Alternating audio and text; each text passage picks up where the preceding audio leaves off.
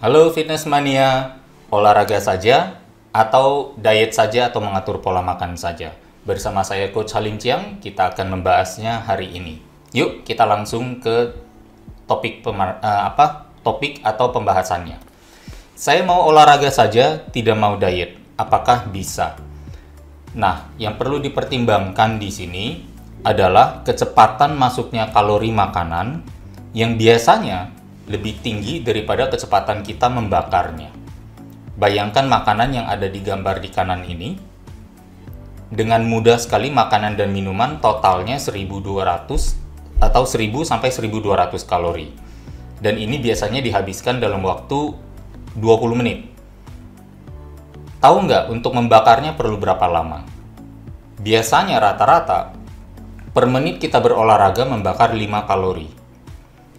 Jadi kalau 1000 sampai 1200 kalori, kita perlu membakarnya, kita bagikan 5, dapatnya 200 sampai 240 menit. Nah, bayangkan juga kalau kita berolahraga seminggu 3 kali, sementara kita makan seminggu berapa kali? 3 kali per hari, 7 hari per minggu, itu sama dengan 21 kali makan. Berapa dari 21 kali makan itu secara jujur kita bisa bilang kita sudah makan dengan pilihan yang sehat. Nah, itu yang akhirnya menjadi masalah kalau nggak mau diet dan hanya mau mengandalkan olahraga aja. Secara teknis, mungkin bisa praktek di lapangannya. Tapi olahraganya biasa bisa over dan berpotensi menimbulkan yang namanya overtraining. Makanya muncul ketidakseimbangan itu. Gitu ya.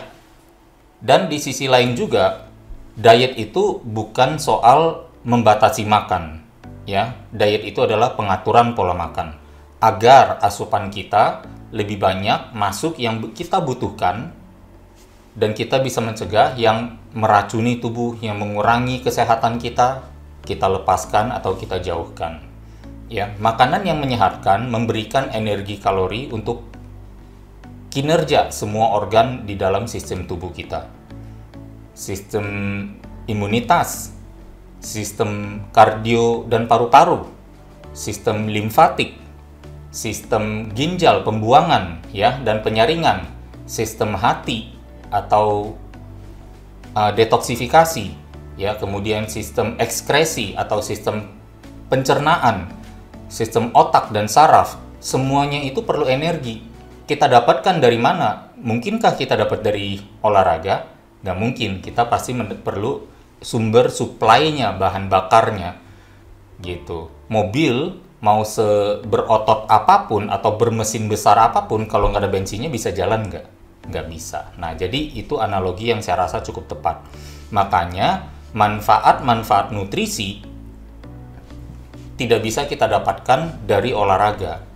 Dan kita perlu mensuplainya juga. Jadi kalau bilang gak mau diet, hati-hati ya. Berarti nanti makannya sembarangan, atau bahkan mungkin mentang-mentang sudah olahraga sehingga gak mau menjaga pola makan. Pendekatan atau pola pikir seperti itu nanti akan merugikan kita di jangka panjangnya. Dan kita akan menemukan diri kita kelelahan, overtraining, ya, dan bahkan mungkin cedera akibat olahraga yang terlalu banyak. Dan kita demi seolah-olah membayar dosa di tidak mau mengatur pola makan. Jadi kita juga perlu pikirkan hal seperti ini sebelum kita bilang mau olahraga aja tapi nggak mau diet. Tapi di sisi lain ada juga yang bilang, saya maunya diet aja, saya nggak mau olahraga. Ada nggak yang begitu? Ada juga ya. Apakah bisa?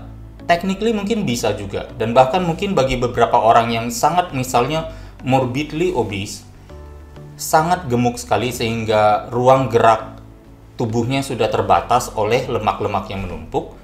Mengatur pola makan mungkin merupakan salah satu langkah pertama dulu sebelum memasuki ke fase berolahraga. Ya, jadi itu bisa saja terjadi, tetapi bukan menjadi satu aturan untuk mengatakan saya diet aja, olahraganya seumur hidup saya nggak mau. Gitu, itu nggak bisa. Mengapa? Sesederhana karena banyak manfaat berolahraga yang kita butuhkan, yang tidak bisa dipenuhi dari mengatur pola makan saja.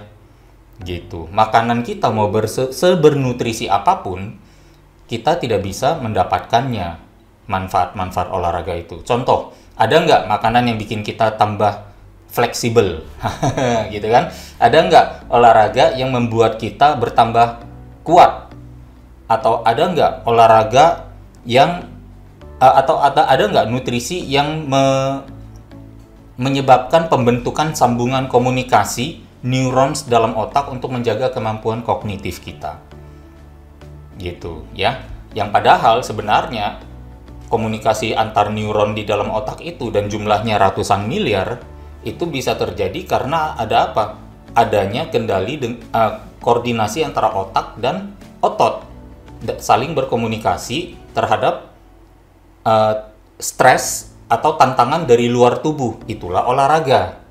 Olahraga by definition adalah mengaplikasikan tekanan dari luar kepada tubuh sendiri. Dan dengan tekanan itu kita mengaktifkan otak kita dan sebaliknya otak kita mengaktifkan otot-otot kita, ya. Kemudian juga misalnya sehabis berolahraga tubuh memproduksi hormon-hormon tertentu. Bisa nggak ada makanan tertentu yang menimbulkan ceritanya growth hormone? Nah, setahu saya belum ada. Jadi ada manfaat dari olahraga yang tidak bisa kita dapatkan dari pola makan yang baik. Dan sebaliknya, ada manfaat dari pola makan yang baik yang tidak bisa kita dapatkan dari olahraga. Jadi keduanya sebenarnya saling mengisi.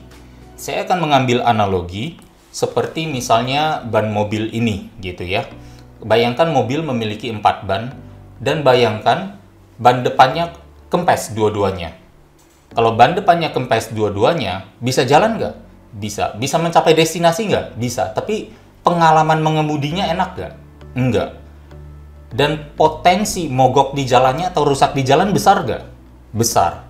Potensi berhenti lama sehingga tidak melanjutkan perjalanan, mungkin nggak? Mungkin juga. Nah, itulah analoginya. Kalau hanya mau diet saja atau olahraga saja, gitu ya. Kalau ibarat nggak mau olahraga, berarti ban depannya yang kempes. Kalau nggak mau mengatur pola makan, ban belakangnya yang kempes. Nah, bayangkan orang yang tidak mau dua-duanya. Jadi keempat-empat bannya kempes, apakah mobil itu bisa melaju kencang? Bisa tiba dengan selamat di tujuan? Atau bahkan bisa tiba dengan tepat waktu di tujuan? Tentu tidak. Nah, itu yang harus menjadi pertimbangan kita semua. Bahwa olahraga dan pola makan yang baik saling mendukung. Terutama juga ditambahkan lagi istirahat yang teratur. Dan tentu perlu pola pikir yang baik. Dalam hal ini adalah yang welcoming terhadap olahraga, yang welcoming terhadap pengaturan pola makan yang lebih sehat. Yang welcoming itu yang apa? Seperti kata Mas Aderai, yang bersahabat, ya, bersahabat dengan pertemanan hati. Hatinya berkenan, berteman juga dengan kebiasaan-kebiasaan hidup sehat. Kira-kira seperti itu dari saya. Sebenarnya pertanyaan ini juga ada di buku terbaru kami, menjawab 108 pertanyaan populer seputar fitness. Nah, ini adalah penampakan bukunya, dan untuk bisa membelinya silakan ya, bisa menghubungi binaraga.net, bisa menghubungi adere_self-defense ya, ataupun melihat juga nanti ada iklan yang lewat ya di video ini. Terima kasih atas perhatiannya. Kita bertemu lagi di lain kesempatan dengan topik yang juga tidak kalah menariknya.